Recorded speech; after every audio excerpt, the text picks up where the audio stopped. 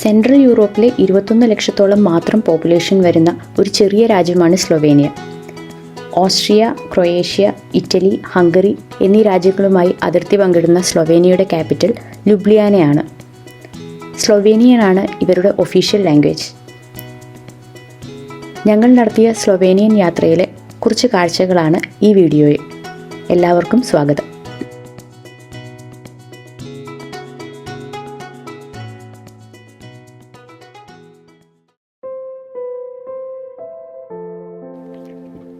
ആദ്യത്തെ ദിവസം പോകുന്നത് ലേക്ക് ബൊഹീനിലേക്കാണ്.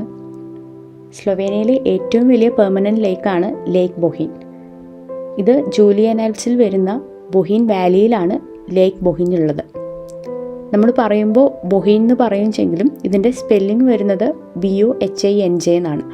അതായത് ജെ എന്നുള്ള ലെറ്റർ സൈലൻ്റ് ആണ്.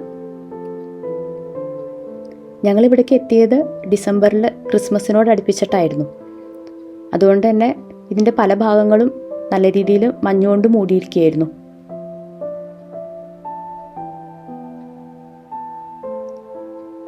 ഈ കാണുന്ന മലനിരകളൊക്കെ ജൂലിയൻ ആൽപ്സിൽ വരുന്നതാണ്.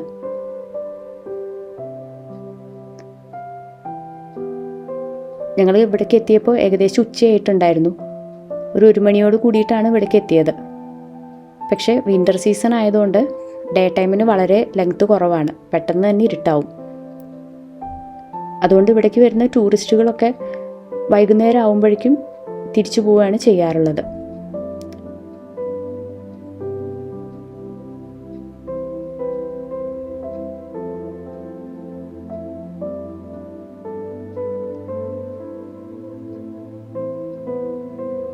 ഈ ഒരു സമയമായപ്പോഴേക്കും ഇവിടെ ഞങ്ങൾ മാത്രമായി.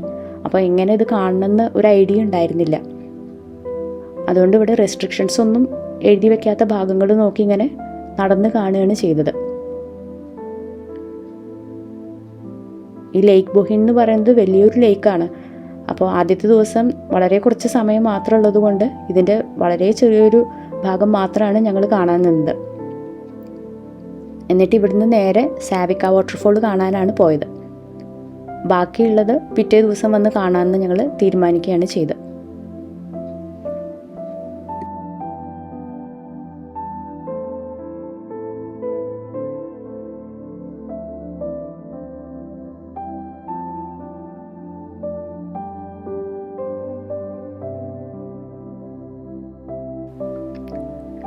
ഇന്ന് ഞങ്ങളുടെ യാത്രയുടെ 2ാമത്തെ ദിവസമാണ്.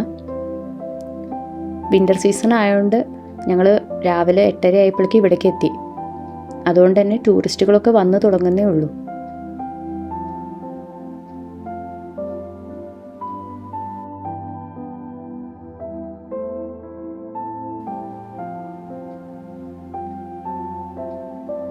ലേക്ക് ബൊഹീൻ യാത്രയിലെ ആദ്യ സ്പോട്ടാണ് ആ കാണുന്നത്. അതൊരു മോണുമെൻ്റ് ആണ്. അതറിയപ്പെടുന്നത് 4 ബ്രേവ് മെൻ എന്നാണ്.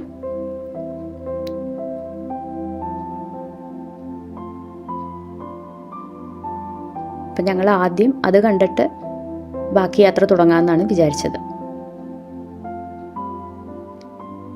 ഇതിൻ്റെ പിന്നിലെ ഹിസ്റ്ററി എന്താണെന്ന് വെച്ചാൽ, ഇവർ സ്ലൊവേനിയയിലെ ലോക്കൽ ഹണ്ടേഴ്സ് ആയിരുന്നു. അപ്പോൾ ഇവരാണ് ആദ്യമായിട്ട് ട്രിഗ്ലവ് മൗണ്ടെയിൻ കീഴടക്കിയത്. ജൂലിയൻ ആൽപ്സ് മലനിരകളിൽ വരുന്ന മൗണ്ടെയിനാണ് ട്രിഗ്ലവ് എന്ന് പറയുന്നത്. സ്ലൊവേനിയയിലെ ഏറ്റവും ഹയസ്റ്റ് പീക്കും കൂടിയാണ് ട്രിഗ്ലവ്.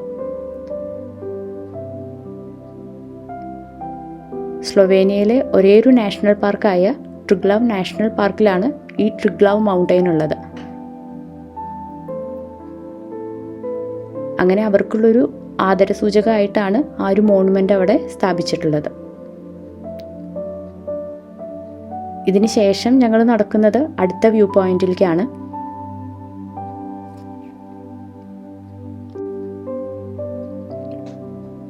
ആ ദൂരെ കാണുന്നതാണ് saint John the Baptist church എന്ന് പറയുന്നത്. വളരെ ഫേമസ് ആയിട്ടുള്ളൊരു ചർച്ചാണ് ഇത്. ഒരു 1300കളിലൊക്കെയാണ് ഇതിൻ്റെ പണിയൊക്കെ കഴിഞ്ഞിട്ടുള്ളത്.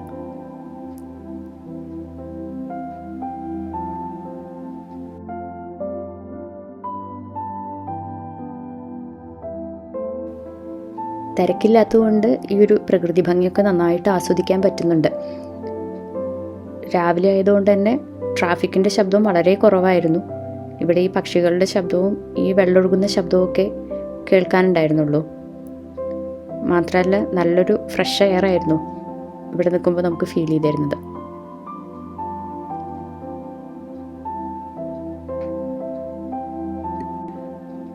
ഈ വിൻ്റർ സീസൺ അതിൻ്റെ പീക്കിലെത്തുമ്പോൾ ഈ കാണുന്നതിൽ ചില ഭാഗങ്ങളൊക്കെ ഫ്രോസണായി പോവാറുണ്ട്.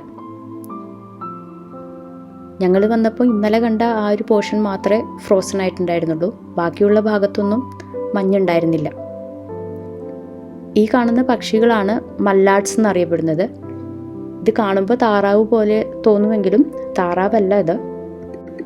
അരയന്നത്തിൻ്റെയും താറാവിൻ്റെയും ഒക്കെ ഒരു സബ് ഫാമിലിയിൽ വരുന്നവയാണിവ. അനാറ്റിനെ എന്നാണ് ഈ സബ് ഫാമിലിയുടെ പേര്. ഇതിൽ കുറേ മെമ്പേഴ്സൊക്കെ വംശനാശം സംഭവിച്ചു പോയി. അതിൽ സർവൈവ് ചെയ്യുന്ന വിഭാഗമാണ് ഡബ്ലിംഗ് ഡക്സ് എന്ന് അറിയപ്പെടുന്നത്. ഇതിലാണ് മല്ലാഡ്സ് വരുന്നത്. ഇവയിൽ തന്നെ പച്ച കളറുള്ള തലയും മഞ്ഞ കൊക്കുമുള്ളതാണ് ഇതിലെ ആൺപക്ഷി. ബാക്കി ബ്രൗൺ കളറുള്ളതാണ് ഇതിലെ പെൺപക്ഷികൾ. ആളുകൾ ശല്യം ചെയ്യാത്തത് കൊണ്ടാണോ എന്നറിയില്ല, ഇവയ്ക്ക് മനുഷ്യരെ കാണുമ്പോൾ പ്രത്യേകിച്ച് അങ്ങനെ പേടിയൊന്നും തോന്നിയില്ല.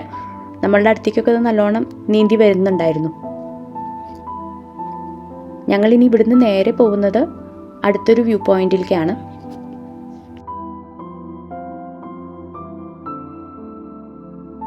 ഇതൊരു ബോട്ടിംഗ് പോയിൻ്റാണ്. പക്ഷേ വിൻ്റർ ആയതുകൊണ്ട് ബോട്ടിംഗ് സാധാരണ നടത്താറില്ല. എന്നാലും നല്ലൊരു ഫോട്ടോ പോയിൻ്റ് കൂടിയാണിത്. അപ്പോൾ ഇവിടെ നിന്ന് കുറച്ച് ഫോട്ടോസൊക്കെ എടുത്തിട്ട് ഞങ്ങൾ അടുത്ത വ്യൂ പോയിന്റിലേക്ക് നടന്നു.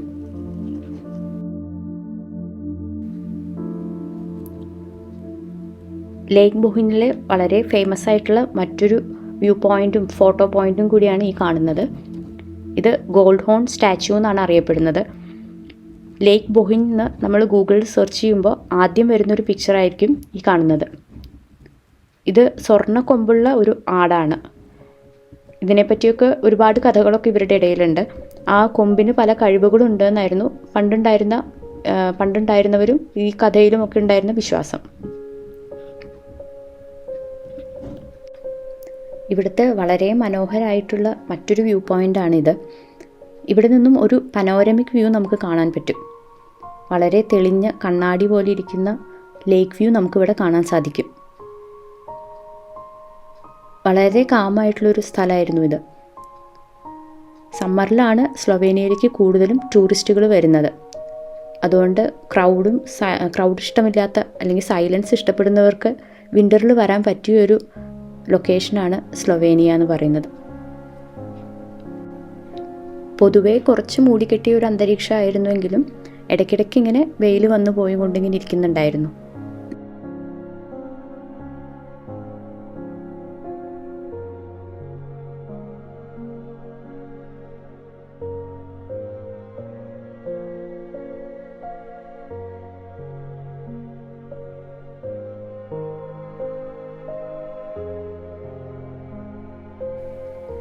കുറച്ച് നേരം അവിടെ ചെലവഴിച്ചതിന് ശേഷം ഞങ്ങൾ തിരിച്ചു നടന്നു.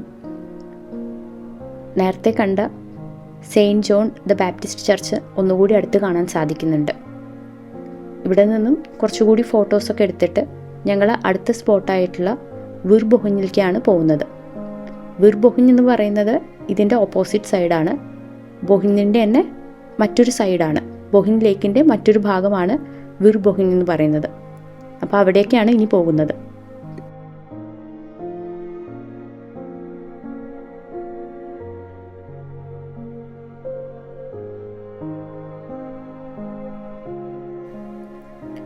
ലേക്ക് ബൊഹിനിൻ്റെ ഭംഗി കാണിക്കുന്ന മറ്റൊരു സൈഡാണിത്. ഇവിടെ നിന്ന് നോക്കുമ്പോഴും നല്ല ഭംഗിയാണ്. നേരത്തെ കണ്ട സൈഡിനെ അപേക്ഷിച്ച് നോക്കുമ്പോൾ ഇത് കുറച്ചുകൂടി ഒരു ഫോറസ്റ്റിനകത്തായ പോലെ തോന്നും. ഇതെല്ലാം ട്രിഗ്ലോം നാഷണൽ പാർക്കിൻ്റെ ഭാഗങ്ങളാണ്.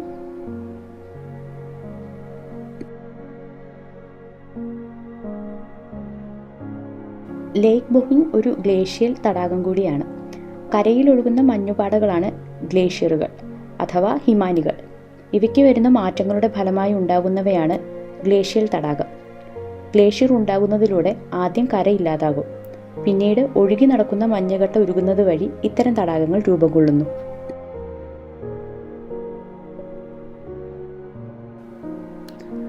സമ്മർ സീസണൊക്കെ ആകുമ്പോൾ ലേക്ക് ബൊഹിൻ മുഴുവനായിട്ടും ഇതിന് ചുറ്റും നമുക്ക് നടന്നു കാണാൻ സാധിക്കും. അതിന് ഏകദേശം ഒരു 3 മണിക്കൂറോളം സമയമെടുക്കും. കാരണം ലേക്ക് ബൊഹിന് 12 കിലോമീറ്ററോളം നീളമുണ്ട്. പക്ഷേ വിൻ്റർ ആയത് കാരണം ഇവിടെ വെയിലാണെങ്കിലും ഇതിൻ്റെ മറ്റു പല ഭാഗത്തും മഞ്ഞ് മൂടിയിട്ടുണ്ടാകും. അപ്പോൾ മുഴുവൻ നടന്ന് കാണുക എന്നുള്ളത് എത്രത്തോളം പോസിബിൾ ആവുമെന്ന് നമുക്കറിയില്ല.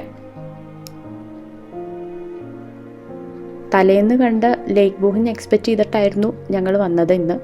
പക്ഷേ തലേന്ന് കണ്ടതിനേക്കാളും വളരെ വ്യത്യസ്തമായിട്ടുള്ളൊരു മുഖമായിരുന്നു ലേക്ക് ബൊഹിന് ഈ ഒരു സൈഡിൽ ഞങ്ങൾക്ക് കാണാൻ പറ്റിയത്. വീർബൊഹിൻ എന്നുള്ള സ്പോട്ട് കഴിഞ്ഞ് ഞങ്ങളിപ്പോൾ വീണ്ടും നടക്കുകയാണ്.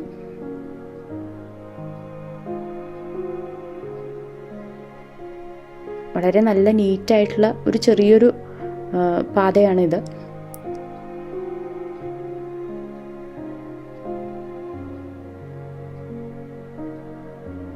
പല മരങ്ങളുടെ മേലെ ഇങ്ങനെ മാർക്കിങ്ങുകൾ കാണാം. നമുക്ക് ആ മാർക്കിംഗ് നോക്കിയിട്ട് നടക്കുന്നതിനുള്ളൊരു എളുപ്പത്തിന് വേണ്ടിയിട്ടാണ് അങ്ങനെ മാർക്കിങ്സ് കൊടുക്കുന്നത്. അതുപോലെ ഡേഞ്ചറായിട്ടുള്ള വഴികളൊക്കെ ആണെങ്കിൽ ആ മരങ്ങളുടെ മേലെ റെഡ് കളറിൽ മാർക്കിംഗ് ആയിരിക്കും ഉണ്ടായിരിക്കുക.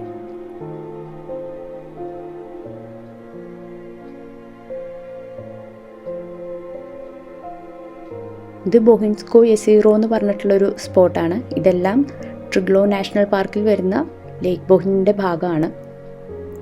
ഇതിൻ്റെ പല പല സൈഡുകളാണ് ഇങ്ങനെ ഓരോ സ്പോട്ടുകളായി തിരിച്ചിട്ടുള്ളത്.